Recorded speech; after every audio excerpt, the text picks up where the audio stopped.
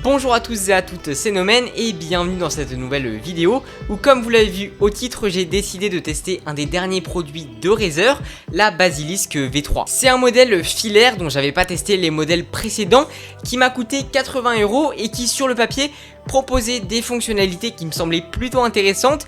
Et comme les produits de Razer en général vous plaisent pas mal sur la chaîne, je me suis dit que ça pourrait être intéressant de tester tout ça. Donc sans perdre plus de temps, on est parti pour déballer et faire la review de cette Basilisk modèle V3 afin de voir si ce produit peut valoir le coup.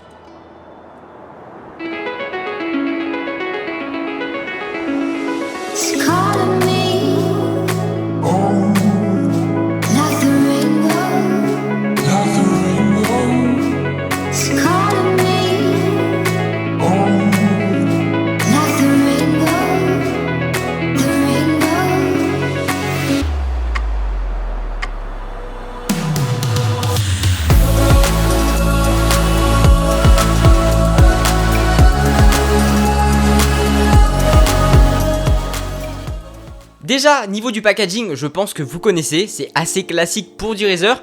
On a sur les côtés et au dos les différentes caractéristiques et fonctionnalités dont on va disposer sur ce produit, avec notamment la mention du capteur, du RGB et des différentes options de personnalisation qu'on va avoir dessus. À l'intérieur, on retrouve comme d'habitude un papier de remerciement, une notice, des stickers dont on ne sait jamais quoi faire, et bien entendu la souris accompagnée de son câble. Concernant ce câble, on est sur un câble tressé qui n'est évidemment pas détachable et qui doit faire un peu moins de 2 mètres, ce qui je pense devrait tout de même suffire à la plupart des personnes. Pour ce qui est de la souris en elle-même, déjà niveau définition, et bien par rapport au modèle précédent, on a très peu de changements, le tout est en plastique, mais bien entendu, chez Razer, on n'a jamais une impression de fragilité, bien au contraire, le produit renvoie vraiment une impression de qualité ici, encore plus avec l'éclairage sur lequel on reviendra dans quelques instants. Pour les dimensions, on est sur une taille moyenne, la souris fait 13 cm de long pour 7,5 de large et 4,2 de haut, le tout étant je trouve assez léger,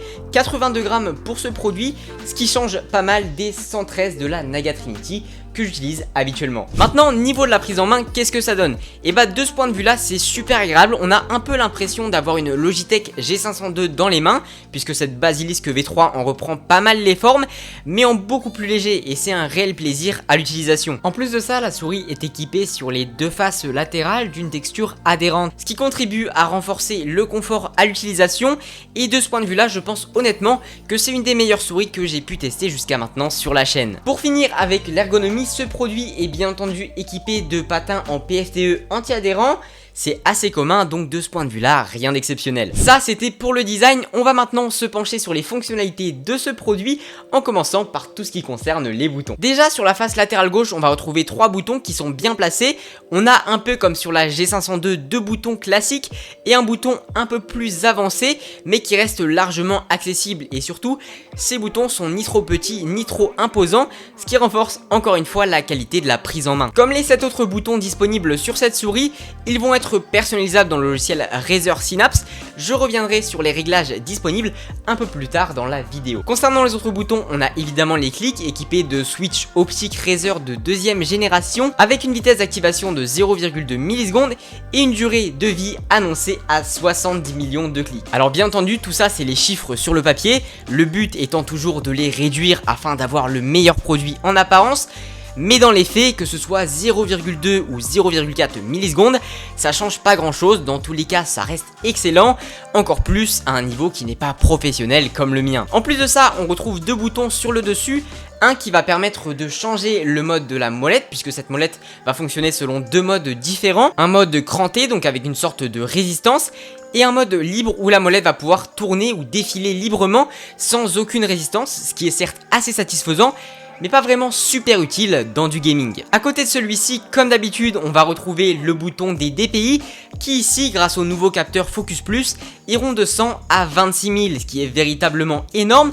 Pas forcément super utile non plus, puisque personnellement je vois pas comment au-dessus de 8 ou 10 000 DPI on peut réussir à gérer sa précision, mais c'est dispo donc on va pas trop s'en plaindre non plus, d'autant plus que ce capteur permet également d'avoir un meilleur suivi que sur les versions précédentes. Le réglage des DPI va bien entendu se faire via Razer Synapse, sur lequel on va se pencher tout de suite. La personnalisation de la souris va se faire sur le logiciel comme souvent via 4 catégories différentes.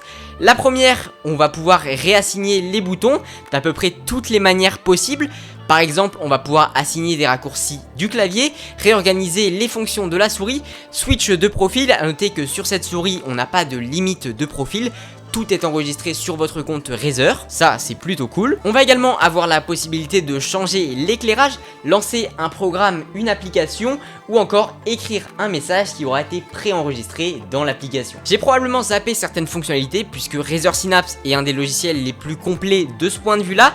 Néanmoins, j'ai dit les plus importantes et si jamais vous souhaitez avoir plus d'informations, je vous mettrai un lien en description. Le second onglet est l'onglet Performance où l'on va retrouver tout ce qui concerne les DPI et la fréquence de la souris. Ici, la fréquence est de 1000 Hz donc c'est assez classique, c'est dans la moyenne de ce qui se fait chez la concurrence. Vient ensuite l'onglet Éclairage qui sur ce produit est assez important puisqu'on a 11 zones personnalisables de manière indépendante. Je vais pas revenir sur les effets disponibles, comme d'habitude on va retrouver arc-en-ciel, pulsation, vague, feu et plein d'autres, mais sur cette souris c'est un des plus gros points forts étant donné que le rendu est véritablement magnifique. L'éclairage va venir se refléter sur votre tapis de souris et ça contribue vraiment à améliorer l'ambiance de votre setup. Enfin, on a un dernier onglet calibrage qui permet lui d'ajuster rapidement la précision du produit en fonction de la surface sur laquelle vous jouez, ce qui est commun à la plupart des dernières sorties de produits Razer. Je pense que j'ai tout dit concernant les caractéristiques de ce produit. Je pense qu'il est maintenant temps de vous donner mon avis général sur celui-ci. Je l'ai utilisé pendant à peu près une semaine, soit plusieurs dizaines d'heures, donc je pense que c'est déjà pas mal. Et la chose que j'ai le plus appréciée sur cette Razer Basilisk V3, je l'ai déjà dit mais j'insiste dessus parce que c'est vraiment exceptionnel, c'est la prise en main. Les boutons sont bien pensés, la forme est super ergonomique. Concernant les dimensions et le poids, même si c'est un peu plus subjectif, personnellement, je trouve que c'est l'idéal. Sur des jeux comme Valo, Warzone ou encore Fortnite, qui sont les 3 jeux sur lesquels j'ai principalement utilisé le produit, j'ai jamais été déçu. La souris fait plus que son taf, que ce soit au niveau de la précision ou de la vitesse. Même si, encore une fois, je le précise, je ne suis pas un pro gamer, loin de là. Mais les avis que j'ai pu lire allaient dans mon sens. C'est que je suis pas trop largué non plus. De plus, le fait qu'on puisse personnaliser les 6 des 11 boutons qui sont disponibles sur cette souris fait qu'elle est quand même assez polyvalente et qu'elle pourra également être utilisée en dehors du gaming pour par exemple faire un peu d'applicatif. Alors c'est sûr, au-delà de l'éclairage, il n'y a pas énormément d'innovation par rapport à la Basilisk V2 qui, de ce que j'ai pu lire, était déjà un très bon produit. La principale amélioration ici étant le capteur qui a encore été rendu plus précis. C'est d'ailleurs pour ça que si vous cherchez un produit un petit peu moins cher, il y aura toujours la possibilité de vous orienter vers la Razer Basilisk V2 qui est encore loin d'être obsolète et proposé à un prix plutôt intéressant aux alentours des 40-50 euros. Bref, concernant cette Basilisk V3, c'est un excellent produit selon moi qui en plus est pas proposé à un prix excessif. Alors on est d'accord, 80 euros c'est pas donné non plus, mais là au moins j'ai l'impression d'en avoir pour mon argent, ce qui n'est pas toujours le cas avec les produits de Razer. Je pense notamment à la Naga Pro qui était proposée à 170 euros. Alors certes c'est une très bonne souris, mais ça vaut pas son prix. C'est donc un produit que je vous recommande si vous avez 100 euros à mettre dans une souris dédiée à des jeux de type FPS et que le filaire ne vous dérange pas. Je pense que vous trouverez votre bonheur dans cette Basilisk V3. Perso, comme je passe la majorité de mon temps à faire de l'applicatif, c'est pas une souris que je vais poncer, mais dans tous les cas, je suis très content d'avoir pu la découvrir avec vous. Bien sûr, pour les intéressés, vous pourrez retrouver le lien de tous les produits que j'ai mentionnés dans la vidéo en description. Sur ce, j'espère que cette vidéo vous a plu. Si c'est le cas, comme d'habitude, n'hésitez pas à me le faire savoir en mettant un petit pouce bleu, un commentaire et en vous abonnant avec la cloche si c'est pas déjà fait pour être au courant quand je sors une nouvelle review. Bref, c'était Nomen, moi je vous dis à très bientôt pour une prochaine vidéo. Prenez soin de vous. Bye.